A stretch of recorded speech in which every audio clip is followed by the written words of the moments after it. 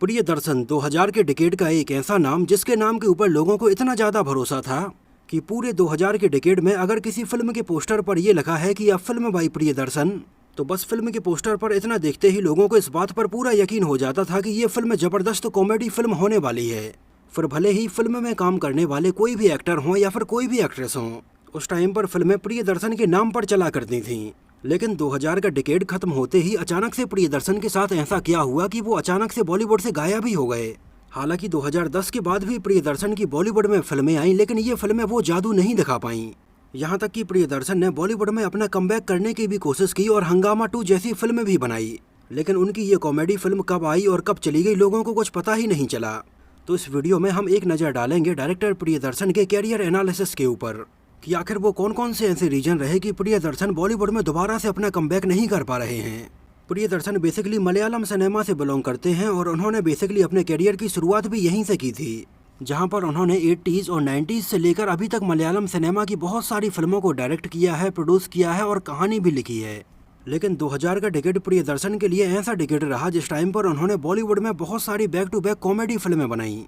उनका बॉलीवुड में कॉमेडी फिल्में बनाने का ये सिलसिला शुरू हुआ सन 2000 में आई फिल्म हेरा फेरी के बाद से, और इसके बाद से तो उन्होंने हंगामा, हलचल, चुप चुप के, माला माल वीकली, गरम मसाला, ढोल, भूल भुलैया, भागम भाग, दे दनादन और खट्टा मीठा जैसी बहुत सारी कॉमेडी फिल्में बनाई। और उस टाइम पर उनकी इतनी सारी बैक टू बैक कॉमेडी फिल्में आई कि 2000 का डिकेड ही बॉलीवुड में कॉमेडी फिल्मों के लिए जाना जाने लगा था। और इस डिकेड में बैक टू बैक आई प्रियदर्शन की ये सारी फिल्में आज बॉलीवुड की कल्ट कॉमेडी फिल्मों में गिनी जाती हैं, जहां पर इन फिल्मों के बहुत सारे कॉमेडी डायलॉग्स को और इनके सीन्स को मीम के तौर पर आज भी यूज किया जाता है। लेकिन आपको शायद ये बात जानकर हैरानी होगी कि प्रियदर्शन के द्वारा इस टाइम पर बनाई गई बॉलीवुड की ये सारी कॉमेडी फिल्में उनके द्वारा ही 80s में बनाई गई ज़्यादातर मलयालम फिल्मों का बिल्कुल फ्रेम टू फ्रेम रीमेक थी। मतलब आप समझ सकते हैं कि जो जोक या जो कॉमेडी हमें सन 2000 के दशक में बॉलीवुड में देखने के लिए मिली, उससे लगभग 20 साल पहले ही मलयालम सिनेमा में लोगों ने ये सारी चीज़ें देख रखी थी। मतलब आप समझ सकते हैं कि बॉलीवुड मलयालम सिनेमा से कितना ज़्यादा पीछे था। वैसे तो मलयालम सिनेमा बहुत ही सीरियस टाइप की और अपने कंटेंट बेस्ड फिल्मों के लिए जाना जाता है, लेकिन इस तरह की कॉमेडी के मामले में भी मलयालम सिनेमा बॉलीवुड से लगभग 20 साल आगे था।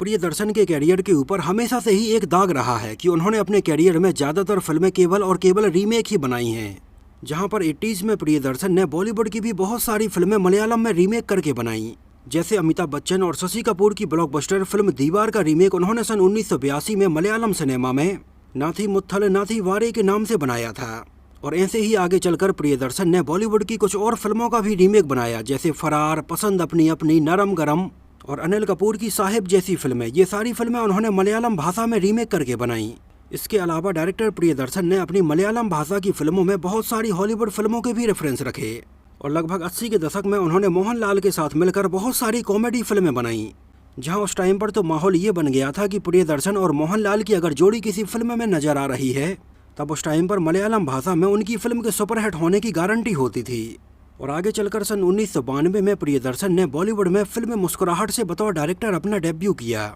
हालांकि प्रियदर्शन की बॉलीवुड में आई पहली फिल्म मुस्कुराहट भी उनके द्वारा सन 1991 में बनाई गई एक मलयालम फिल्म केलुक्कम का ही हिंदी रीमेक थी, जिसमें हमें बतौर एक्टर मोहनलाल नजर आए थे।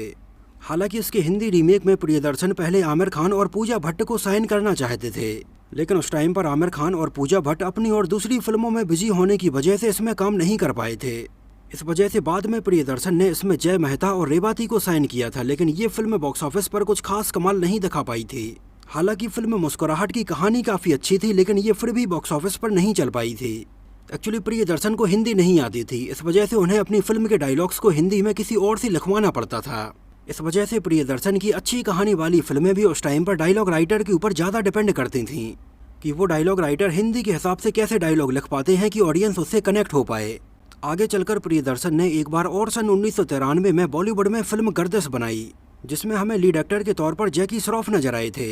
एक्चुअली उनकी फिल्म गर्दिश भी 1989 में आई एक मलयालम फिल्म किरीदम का हिंदी रीमेक थी, लेकिन प्रियदर्शन की फिल्म गर्दिश भी उस टाइम पर बॉक्स ऑफिस पर कुछ खास सफल नहीं हो पाई। लेकिन इसके कुछ साल बाद आगे चलकर प्रियदर्शन ने एक बार और सन 1997 में अनिल कपूर के साथ फिल्म विरासत बनाई, जो कि उस टाइम पर प्रियदर्शन की बतौर डायरेक्टर बॉलीवुड में पहली सफल फिल्म साबित हुई। हालांकि फिल्म विरासत भी सन 1992 में आई एक तमिल फिल्म थीवर मगन का हिंदी रीमेक थी।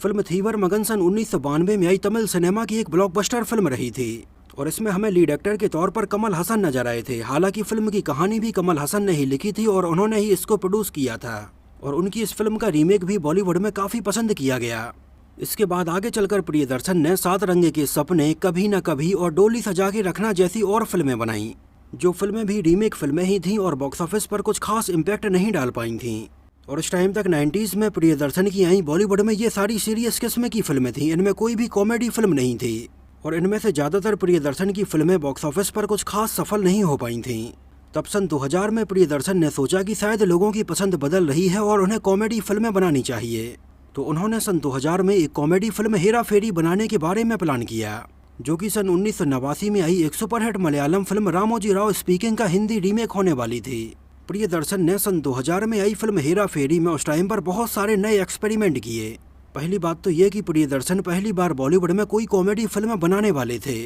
और दूसरी बात, इसमें उन्होंने कॉमेडी करने के लिए 90s के दो बड़े एक्शन हीरो अक्षय कुमार और सुनील शेट्टी को साइन किया, जिन दोनों की ही इमेज उस टाइम तक बॉलीवुड में केवल एक्शन हीरो की बनी हुई थी।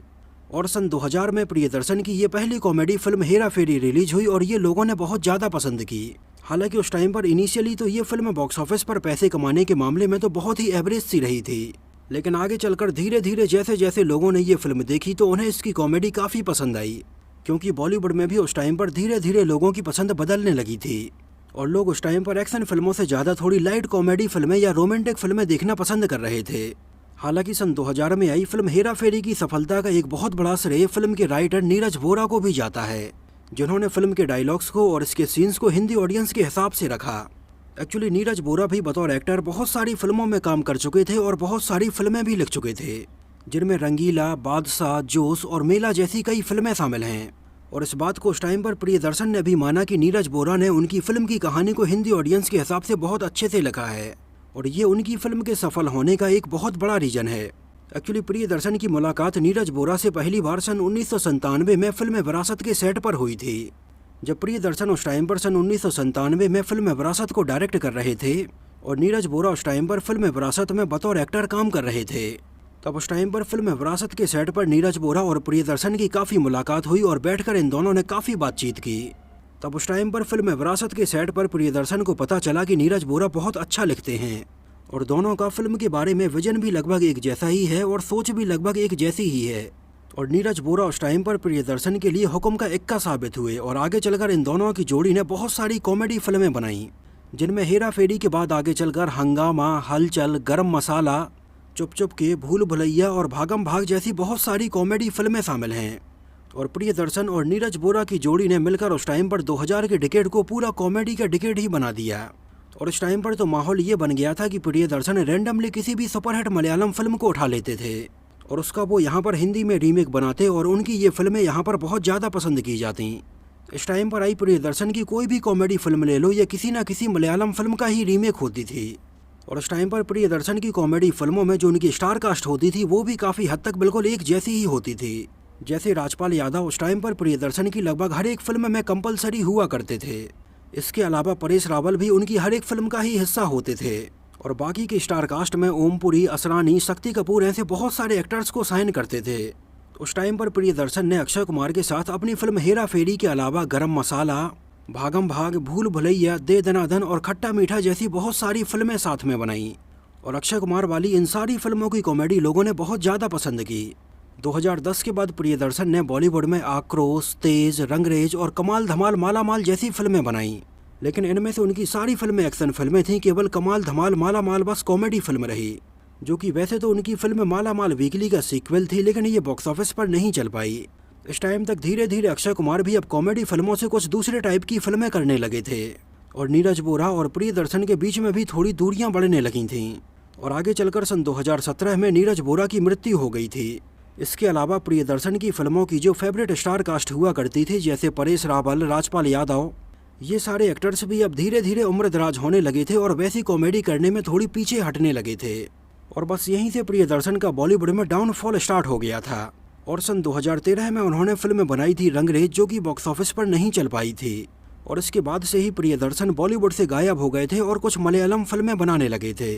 जहां उन्होंने एक बार फिर से अपने फेवरेट मोहनलाल सर के साथ में गीतांजलि और ओप्पम जैसी फिल्में बनाई। हालांकि सन 2021 में प्रियदर्शन ने एक बार फिर से बॉलीवुड में अपनी वापसी करने की कोशिश की और फिल्म हंगामा 2 बनाई। लेकिन अब ना तो प्रियदर्शन की इस फिल्म में वो पहले वाली बात रही और ना वो ऑडियंस बची। नतीजा ये हुआ कि उनकी फिल्म हंगामा 2 कब आई और कब चली गई लोगों को पता तक नहीं चला। जबकि फिल्म हंगामा एक कल्ट कॉमेडी फिल्म है, फिर भी इसका सीक्वल नहीं चल पाया। इसके बाद प्रियदर्शन ने सन 2021 में मोहनलाल और सुनील शेट्टी को साथ में लेकर फिल्म मरक्कर बनाई और उनकी इस फिल्म को बेस्ट फीचर फिल्म का नेशनल अवार्ड भी दिया गया। हालांकि प्रियदर्शन की उन लाइट हार्टेड कॉमेडी का लोग आज भी बड़ी बेसब्री से इंतजार कर रहे हैं कि कब एक बार फिर से ऑडियंस को बिल्कुल साफ सुथरी और सिचुएशनल कॉमेडी देखने के लिए मिलेगी। लेकिन आज के टाइम पर बॉलीवुड पूरी तरह से बदल चुका है और ऑडियंस भी बहुत ज़्यादा चेंज हो चुकी है। तो अब इस बारे में तो कुछ कह पाना काफ़ी मुश्किल है कि प्रियदर्शन कब अपनी कॉमेडी फिल्मों से बॉलीवुड में फिर से वापसी करेंगे। आपका प्रियदर्शन की कॉमेडी फिल्मों के बारे में क्या कहना है और आपका उनके कैरियर के बारे में क्या कहना है कि 2000 के डिकेड में उनकी फिल्मों का सबसे बड़ा प्लस पॉइंट कौन सा था कि उनकी फिल्में लाइन से सुपरहिट होती थीं? हमें कमेंट में ज़रूर बताना। और अगर ये वीडियो आपको पसंद आया हो, मेरी मेहनत आपको पसंद आई हो, तो इसको प्लीज़ लाइक करके मुझे इस बात का जवाब ज़रूर दीजिए। तो मिलते हैं किसी नए वीडियो में बॉलीवुड से जुड़ी हुई कुछ और ऐसी ही इंटरेस्टिंग और रोचक बातों के साथ।